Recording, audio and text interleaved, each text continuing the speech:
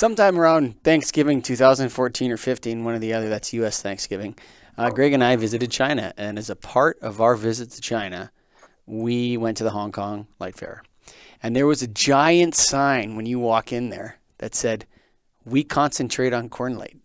And I just laughed my head off because I remember talking to Greg and thinking, these guys just took the Chinese expression of, maybe we focus on making corn cob lights or something like that. They put it into Google Translate and then they plastered it all over the show in English. So interesting times back then. Wild Cowboy West times. Things are settling down a little bit. On today's show, we talk about exterior lighting. We do a deep dive, one of our deep dive series, where we talk about, hey, what will we do in this situation, or how would you handle that, and different areas of exterior lighting that we find interesting. And Greg and I bantered back and forth about what we would do if.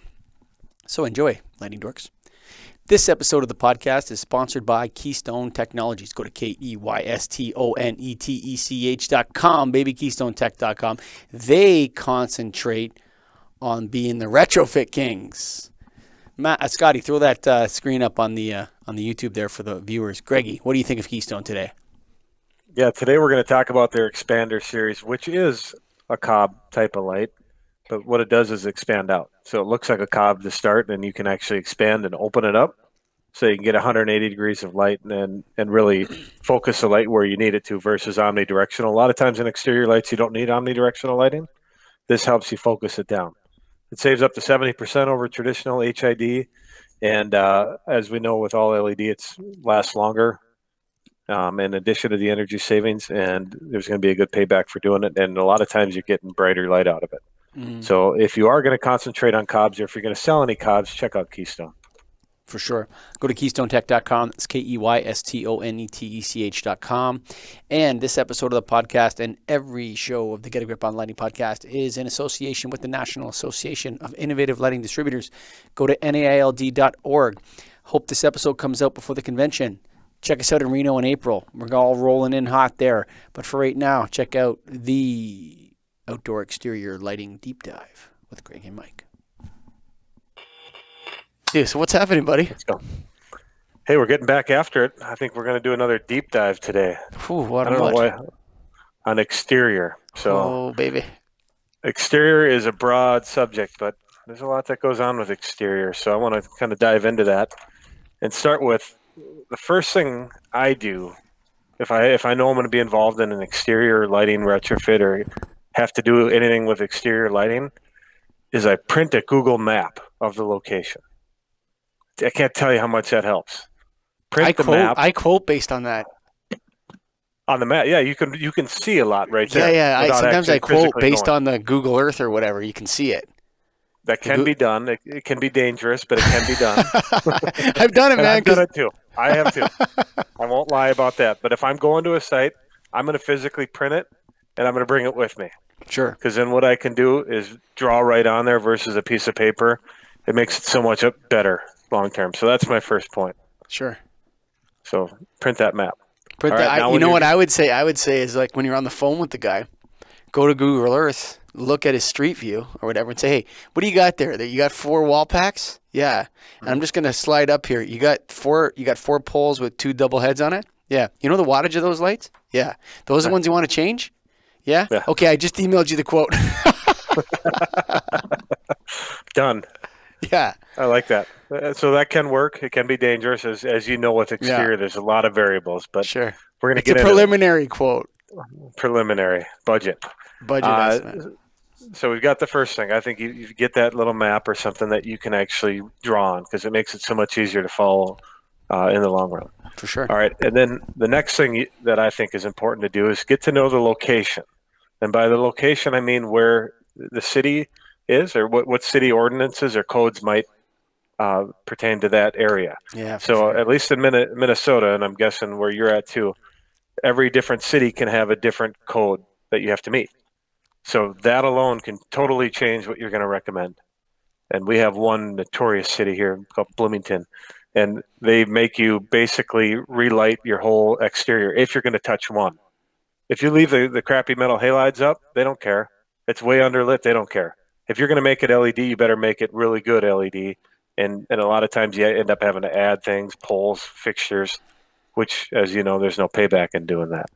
So I avoid Bloomington in my area, Yeah. but it's something that you do need to know that because that can matter. Do you guys have that same idea or different, You know what? whatever you It's call them? yeah. I mean, I've never. I mean, I'm gonna maybe show my lack of knowledge here, and maybe that I should know this, but I'm not aware of. I generally there's not. We haven't gotten ourselves. We've done a ton of outdoor lighting, but Hmm. the Ontario Building Code is there, and there are like in the municipality of Toronto, they do have a separate code. But most municipalities are just Ontario Building Code, so they're not different. That's Okay. my hey guys out there. You know what? If you know that I'm wrong, tell me. Come on, put some comments on the website, and we'll get point us in the right direction on this. That's something to know. Actually, that's maybe a podcast right there. But yeah, I mean, I don't think it's important for us as long as we're generally following what they existingly have. I don't think I've seen it, but you know what? I could be wrong. I could have exposed myself there. Woo! I learned on the Get a Grip on Lighting podcast. Better get that figured out. Go ahead. Yeah, and the reason I know that is because I've made the mistake in the Mm. past. So you learn from your mistakes. I remember your lens issue. Remember we were walking around Light Fair looking for some stupid lens for an underground parking garage? Was That that was Bloomington? Bloomington. Yeah. That was Bloomington. You're like, I So gotta that find was some stupid lens to put on this fixture. And we're like scouring Light Fair for this stupid lens. Did you find you're it? right. No, well, we ended up doing like a reflector. Yeah, I actually did find it. It was like, yeah, that was a while ago, 8 years ago or so. Yeah. And we got it fixed, but it was a big cost to it, and then we met their code supposedly, but whatever. That's another I story. should write the codes. Do it right, yeah. So that is something to be aware of and be ready Sure. for. So know that stuff, right? All right, and then now you're at the site, you have your map, you know the city codes, anything you need to be ready for. Now you got to get to know the application, like anything with lighting. So what is it lighting? Exterior, is it lighting a parking lot? Is it a walkway? Is it a parking garage? Is it a gas station? Is it, what else can we do for exterior? Flag? Is it a sign? A building area, whatever it might be, Hmm. outdoor. So you need to know that. Yeah, I think with that, you kind of maybe you're going to get to this, and you told me okay, keep going. You told me not to jump in. All right, go. Yeah, well, no, you can jump, but it's probably going to be covered. Those are good. Those are good. Well, okay, so the application, the other thing you need to know is the current lighting adequate? And the application and what it's meant to light, is it adequate? Are there security concerns? I was at a site today that had air conditioning units all on the ground, all of them torn apart, all the copper ripped out Oof. and gone. So they don't have any AC handling units anymore.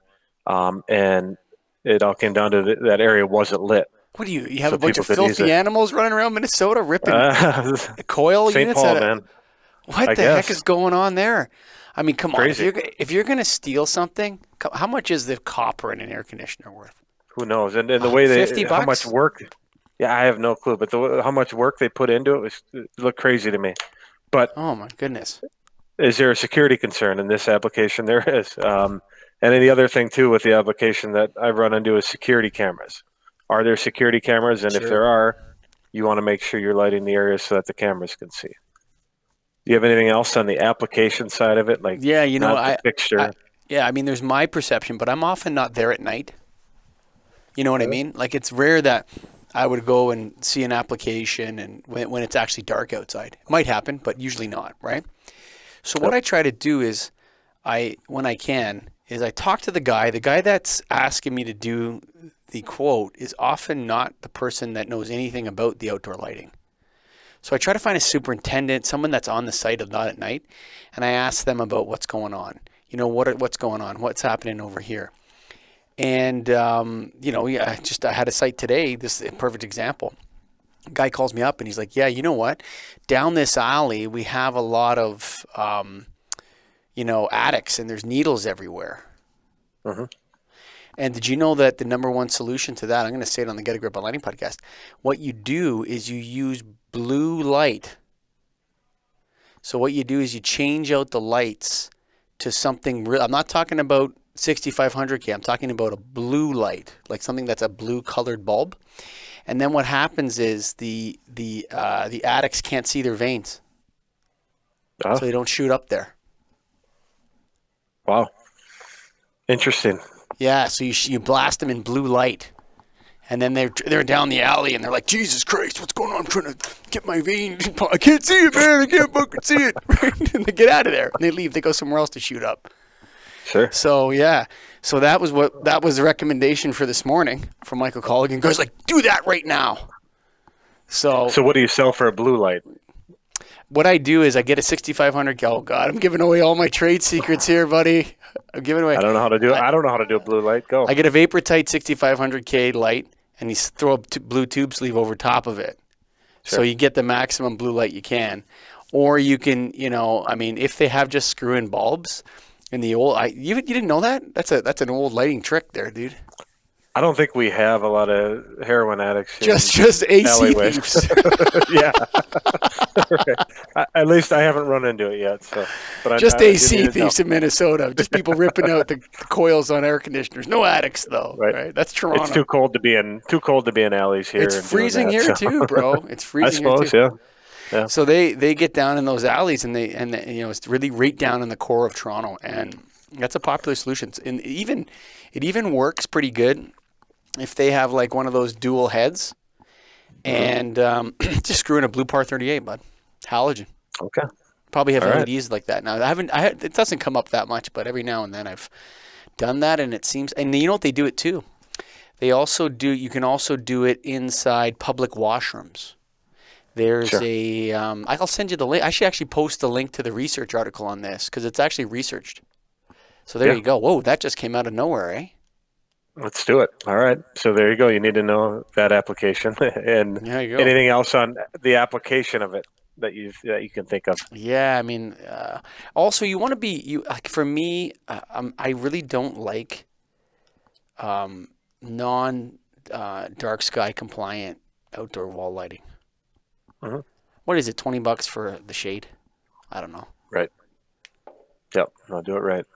I tell the customers like this is dark sky compliant. So that's adding whatever. It's adding $400 to the job of a $5,000 job. So you're doing it. Yeah. Oh, but I want the light to reach out further. That's the problem, because it cuts it off a little bit. Mm-hmm. That's always there's always a play there with that. How do you handle that?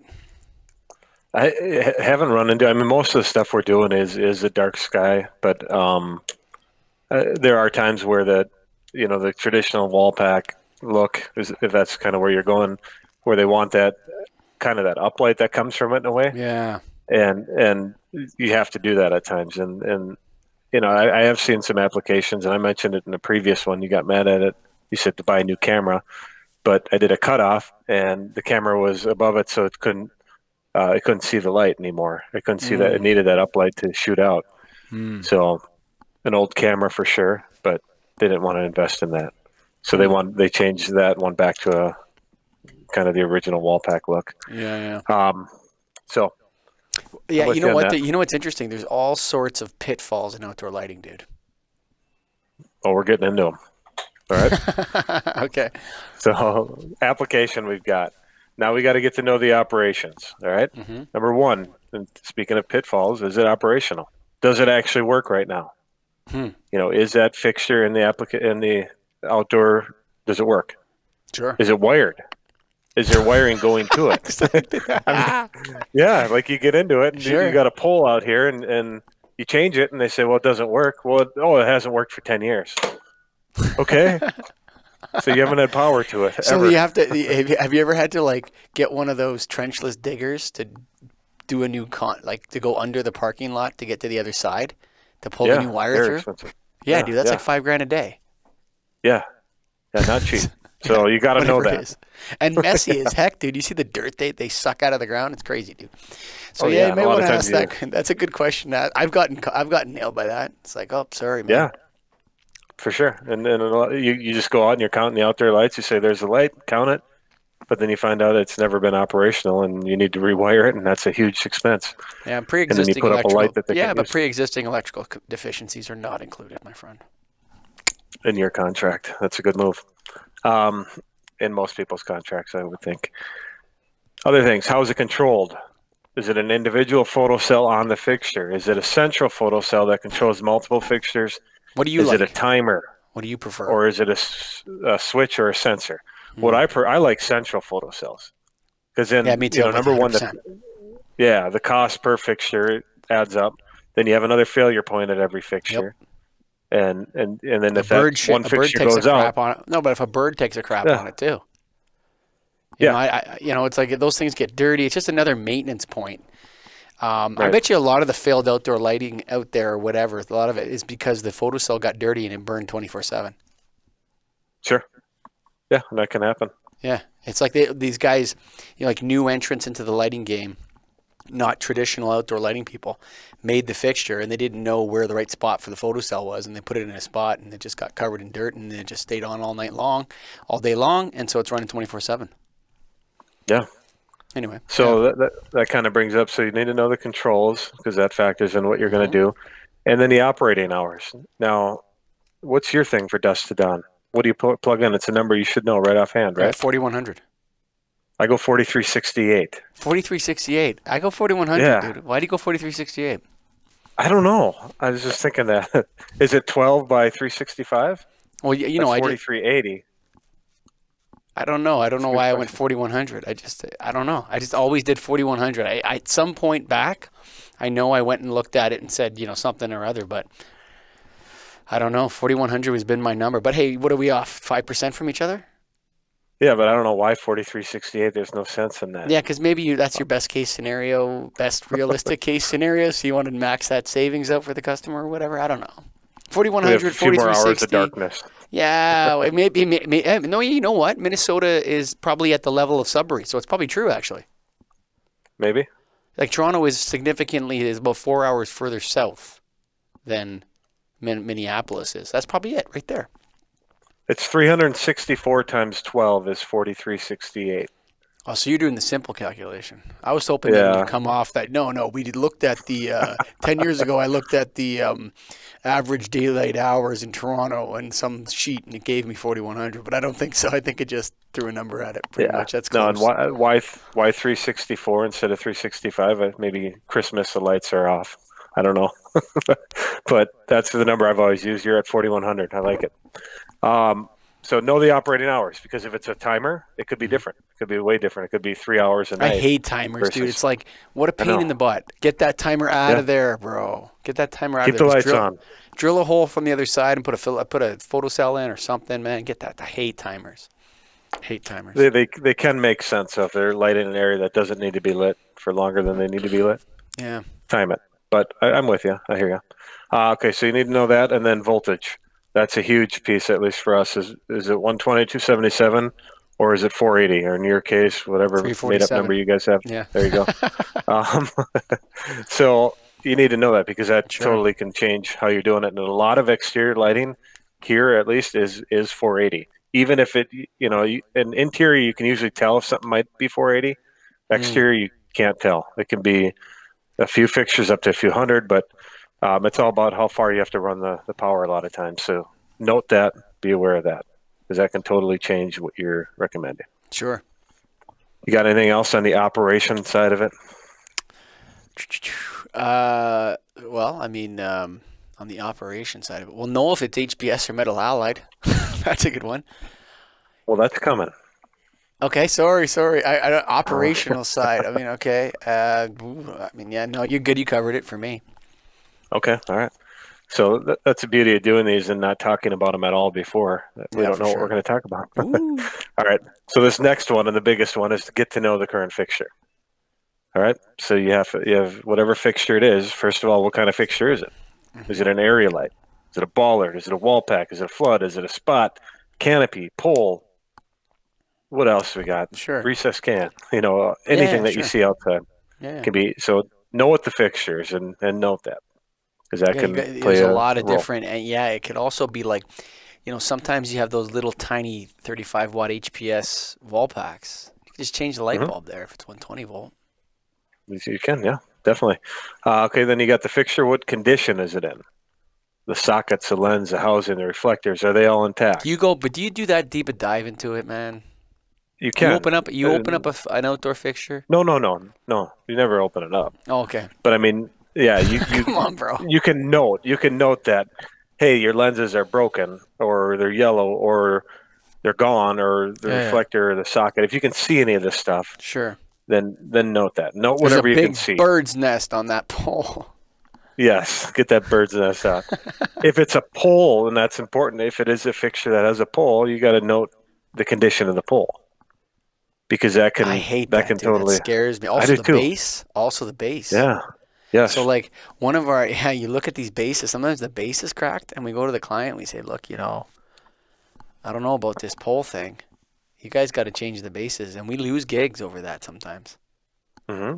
Because we'll be saying, Yeah, look, so we got to resync the base, and we got to redo the pole, and we got to get the dirt analysis from this area, how deep we have to go, all that stuff with that. Sinking poles is a pain in the butt, dude. Especially if they're tall. Oh, for sure. So you want to note the condition of the fixture, or the pole, or whatever it might be, whatever component that goes along with the fixture. So note that. Also note the color, and this has happened before, Bronze, where black, there's bronze, white. Bronze is the most common, probably black, but then there are people that have gray. There's green. There's blue. There's white. There's every color. There's red. Sure. People can have all of these colors, and you need to note that, because if you go in on a gray pole and put a bronze head, at night nobody notices, but during the day they say, "Why did you do that? I want these gray." And you got to go figure that out. So note that. What color is it?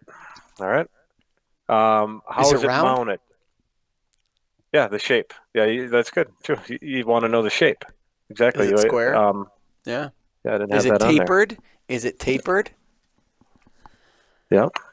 Is it tapered? Oh, you're taking notes now, right? There you go. Is it tapered? I write all this stuff out. Yep. Yeah. All right. Good. So then how is it mounted? Is it a slip fitter? Is there an arm on it? Is it a 1/2-inch knuckle? Is it welded to a pole, or is it welded to whatever mounting device it is, where you need a whole new mounting? Is it a direct burial pole? If it's a pole, a cement-based pole. Is it recessed? Is it surface mounted? Sure. With all the different light fixtures on the exterior, you need to know how it's mounted. Sure. So make sure you note that, all the different mounting types. I'm with you. All right. What size? What size is the existing fixture? And you brought up one of my favorite terms I've heard you say. I've heard you say a lot of things over the years. Yeah. But what happens when you take a big wall pack and put a small wall pack in place? Oh, you get a wall scar, son. Wall scar. You get a wall scar. Yeah, man. I mean, that's amateur hour right there. Yeah. Like, as soon as I drive by a job and I see wall scars, I'm like, amateur hour. They hired some chump. Wall scar. Doesn't know how to roll. Note that. Yeah. Yeah, you got to note that, because, and you have to note what the wall type is. Is it a smooth wall? Is it textured? Is it brick? Textured. Is it metal? Ribbed with, sometimes they have these ribbed ones where it's like there's this flat spot for the wall pack. You ever seen that? It's like ribbed, and then there's a flat spot, and that's where the wall pack is, and then it's ribbed again. Yep. You got to get that right, boy. Yeah, because it can totally factor in how you mount that thing, and if it mounts correctly. And I've seen a lot of wall packs, for example, that you mount to a ribbed wall, a ribbed wall, and the water can get in behind the fixture and kill it. Oh, for sure. Not only that, but I mean, and just a lot of those like buildings, a lot of guys don't seal around the outside of the wall pack. You got to seal that, man. You got to get some of that. I don't know what they use. It's like a LePage caulk or seal, PL, and you get the color of the fixture, bro. Oh yeah, that too. They have brown caulk out there for that. Brown caulk out there for that. For that wall pack. Well, we'll cut that one as we go. All right, we talked about, is it operational? That was kind of the operation side. Is it wired properly? All that stuff that we talked about already. If we get the lamp type, we need to know that too. Obviously, you need to know that. Is it? How do you figure that out? So many times people don't know what the hell lamp they have. So the one easy way is you can ask the customers, are your lights yellow or are they white? Sure. Right? If you can see the light itself, you should be able to tell what a high pressure sodium capsule inside looks like versus a metal halide, bow tie. Do you ever look up and take a wild guess at the wattage? Oh yeah, all the time. All the time. That's So lamp type and wattage kind of go together. but you don't know on exterior. You know, rule of thumb on a pole light, if it's 20 feet taller or higher, it's 400 watt. Could be You 250 know, if though. it's it could be. It could be 175. You know, 175 watt metal halide Yeah, mogul sure, looks not sure. that far off of a 250 or 400, and Yep, all of that makes a huge difference. So totally. the more you can get, and the more you know, the better. Obviously, in any See, I look case, at and so you see that the wall pack with the extended base. You know that's 250 mhm. up, right? You know the one that No, sticks out further and it's got that almost like that box on the back of it. You yeah, know that's 250 or up because that's the size of the ballast in that thing. The 175 usually fits in that larger case with the uh-huh. lamp. But yeah, sometimes you're really. Sometimes I hate to say this, but sometimes I'm really like, yeah, let's go with 250. I think everybody has to. There's no way you can do it unless the customer knows, and a lot of times they don't. And one way you can maybe find out is going where they keep their light bulbs and see if you can find something. You Sounds know, like a sometimes plan. they're labeled, and or maybe you've sold them lights in the past, and then you can look in your history and say, oh, they're 250. And I do that Yeah. all the time because you have to guess a lot, unfortunately, with exterior lighting. But you should know as close to as possible as you can what it is. Metal Do you, halide, do you, hypersodium. do you Yeah. get out of your car when you do an outdoor lighting upgrade? During the summer, yes.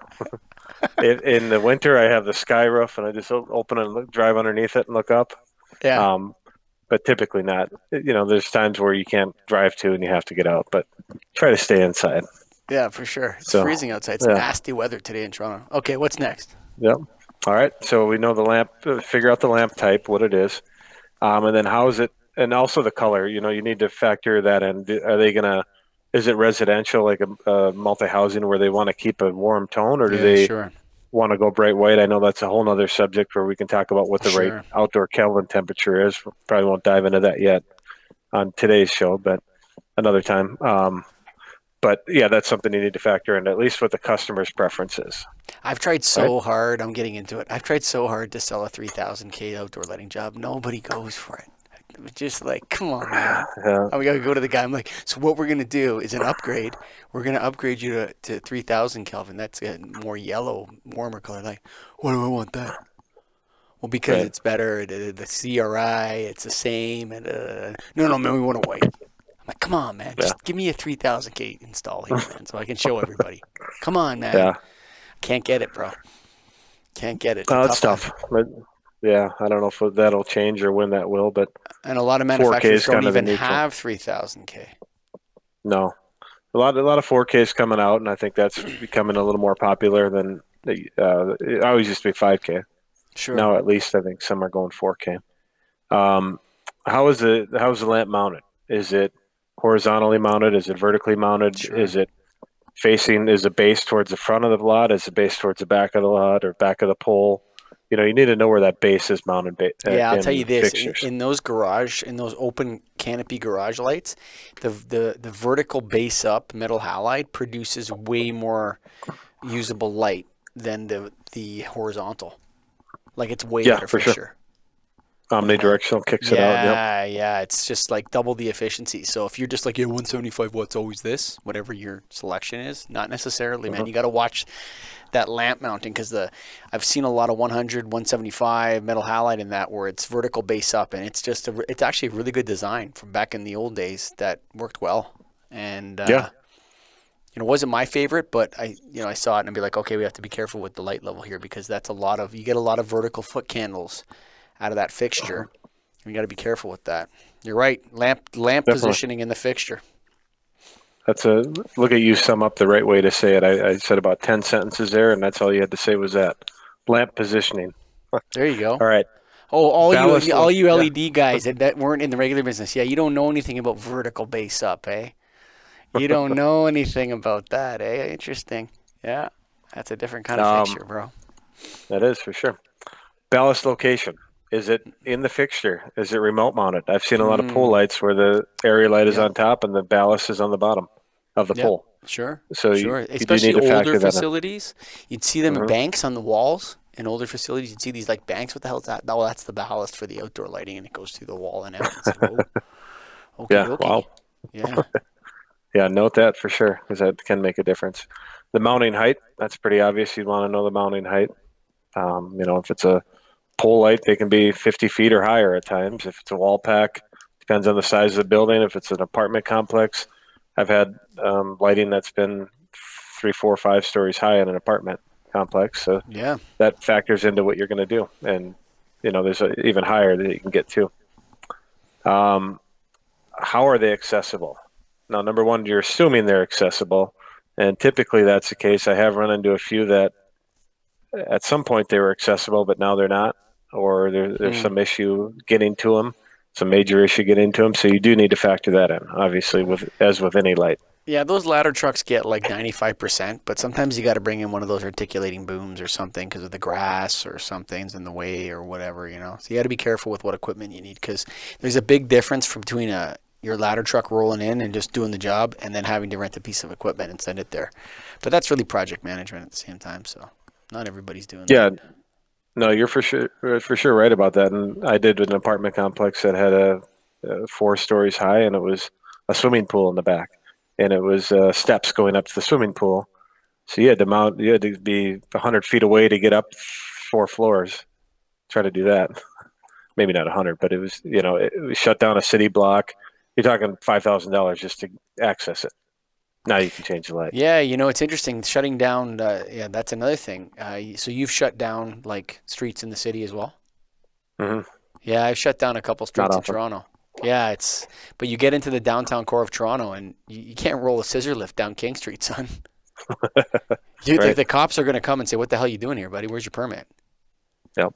And then there's all this protocol for, pedestrians. I remember this one time we were supervising this job. It was a heritage building, and we were doing their facade lighting over an LED, and we had to paint all the conduit and like to make it match the color of the brick, and it was a very, very high-end job. It worked out amazing.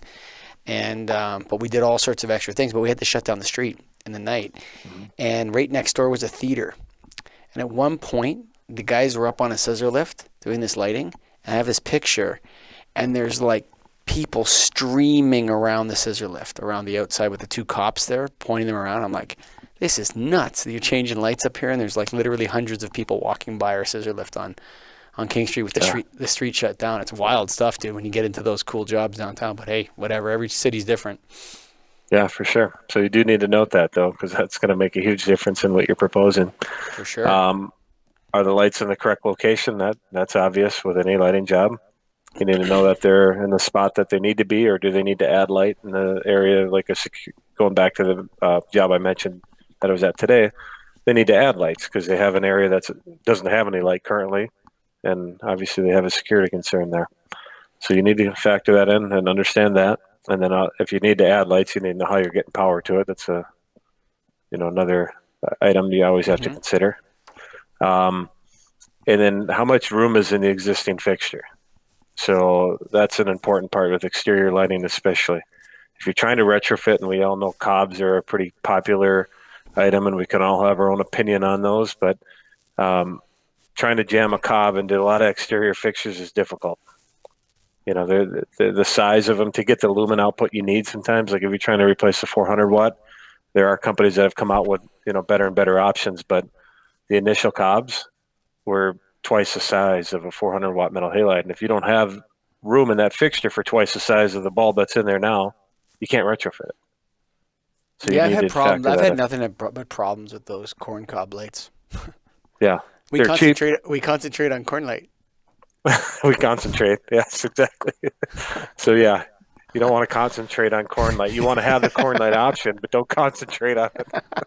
Yeah, I mean, it's always seemed like and I know that there's a lot of great products out there in the market, but there's something about 400 watt HID and a cob that just says to me Mickey Mouse. It's like the old big fat CFLs. Get that crap out of here. Get the fixture out of here and put in a proper fixture. Don't try to save that metal halide. I don't know. I know that a lot of our sponsors have great products like that, and sometimes it's a good idea if somebody just wants to go cheap and cheerful in that. But there's something Mickey Mouse about cobs to me. I don't know. Yeah. If we're gonna lose a sponsor or two over that one, but no, you're right, and I think they all understand that too. But it's an option you need to have. But like you said, and you might have named the title of this one is "Don't Concentrate on Cob Lighting." Don't concentrate on have it as a corn light. Yeah. All right, so you need to know that. And the light distribution type can matter, especially on area lights and pole lights. Is it, a type 1 through 5, basically? And we don't need to get into all those, Yeah, but that's an there's episode. But different. the Yeah, toughest one is, those I don't know what their name. There's a name for them. They're 360 Omni, and it doesn't type produce a 5. lot. What's that? It's a type 5 distribution typically. Yeah, Like so it there's not sits a on lot. top of a pole. Yeah. Those are tough to replace with LED actually sometimes. You have to get into like 3 fixtures sometimes to replace one of those. Yeah, depending on what wattage it is and what the Yeah. application is. But there are Yeah. some nice LED fixtures that have type 5 ratings Yeah. that you I can know do. that there's some good retrofits, especially for the post top style where it's based down. Yeah, That plays very well the cob lights because you get those big globe reflectors or whatever where there's lots of room in there. But yeah. So the cob lights, I'm with you, but I'm not with you at the same time. So yep. So what else? Is there anything else you can think of on exterior lighting and the current fixture, what you need to factor in? I mean, we did a deep dive. I think there's a larger issue. I think that cities and municipalities need to start legislating lower Kelvin temperature on their outdoor lighting and dark sky Yeah, compliance, whether they don't already have it. I'm sure it's buried in ASHRAE somewhere in one of those documents that nobody ever reads when they're yeah, doing lighting jobs. You know what I mean? yeah, Like, yeah, exactly. technically it should be done, but like, it's like the books are like this, right? So yeah, it's Nobody's somewhere. policing it. Yeah, Yeah, so I think they need to make clear Kelvin temperature laws. Like, no, our code is based on ASHRAE. No, dude, just make the law about Kelvin temperature clear for everybody so that we can get away from 5,000 K and get into lower Kelvin temperatures outside. That would be my I opinion, like that. Mr. Erich. Yeah, I like that. And just as a whole, kind of my feeling on exterior lighting is I'm typically going to recommend a new fixture. I think that's typically the right thing to do when you're Mm-hmm. exterior lighting. But a retrofit can work if you have a real high quality, nice looking fixture Sure. that Yep. has adequate room and is in the correct location and they're getting the correct lighting. Then you can retrofit it. There are a There's lot of always those. problems though with retrofit. There's a lot of like, oh, it doesn't fit or the light's not the same. You end up with a lot of problems with that retrofit sometimes. Yep. We've done a lot of it, So but yeah, yeah. you do need to factor that in, but it can be a viable solution because if you're in a application where they have a real high end area light or a bollard or a post top that to buy a brand new fixture is several $1,000s when a cob can be a couple hundred. A lot of Yeah. times you need to go that route. So Yeah. There you go. One of my suppliers that supplied us a lot of retrofit kits for outdoor just left Canada. So we're gone. gonna see. Yeah, I wonder why. Yep. So So we'll see how yeah, it works out for us. that's what I had for the deep dive on exterior lighting. I know we can always go deeper, Yeah, and we we've can. gotten some comments on our last deep dive. We're throwing this stuff out there. If anybody ever wants to come on a show and get deep with us, we're willing to do it. Let's go. Yeah, you know what? We love comments, negative and positive, folks, and we don't know everything. We just talk about everything. So if you want to come on the show, by all means, email us, fill out the form on getagriponlighting.com. I think there's a form there, isn't there, Greg? Yeah. There's like a come on the show form. Come on the show, son. Or leave us some Come comments on. on YouTube. I think we get back to almost all the comments, so check it out. Definitely. But for right now, thanks for listening to Michael and Greg talk about the exterior lighting deep dive. Exciting stuff. Keystone Technologies. Go to KEYSTONETECH.com, baby, KeystoneTech.com, and check out their expander series of cobs. Greggy. Again, if you are going to concentrate or even consider selling cobs, which it does make sense in some applications, as we mentioned in the podcast, Keystone has a great option for you. In addition to the expander that can go out to 180 degrees and focus light where you want it, they also have their Smart Drive and Direct Drive series where you can bypass the ballast or reuse the ballast in a metal halide or high pressure sodium application. So check that out if you are looking at cobs or if you're in need of them for any exterior lighting retrofits. Of course, the National Association of Innovative Lighting Distributors. Go to naild.org. That's nailed.org for information on joining the association, hanging out with Greg and I in Reno and the rest of our peeps.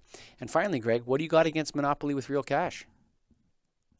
That sounds intense. I don't like monopoly to begin with, and then if you want me to put $4,000 of real cash in, I'm going to pass. Why? What's wrong with you, man? You're rich. You're money bags, Eric. Come No, on, man. that's too much money, and I don't like monopoly. How about that? Oh, dude, you got to play Monopoly. So I've only done it once, and it's super intense, dude.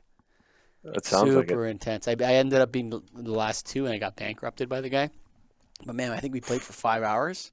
Super fun, man. So I think you guys, anybody up for Monopoly with real cash in Reno, email the Get a Grip on Lighting podcast, because I want to get a game going down there with anybody that likes to play a little real deal kind of thing.